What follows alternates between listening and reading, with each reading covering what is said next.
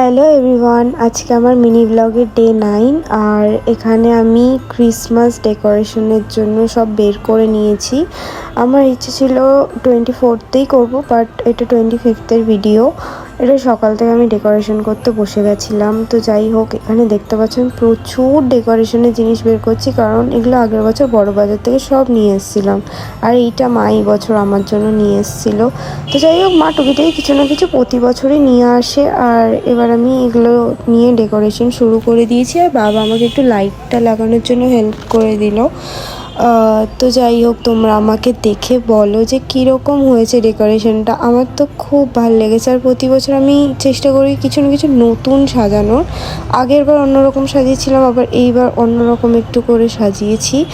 তো যাই হোক, আজকের মতো এইটুকুই। দেখা হচ্ছে নেক্সট কোনো মিনি ব্লগে। আর তোমরা কিন্তু আমাকে জানাতে ভুলো না কেমন লাগছে ডেকোরেশনটা।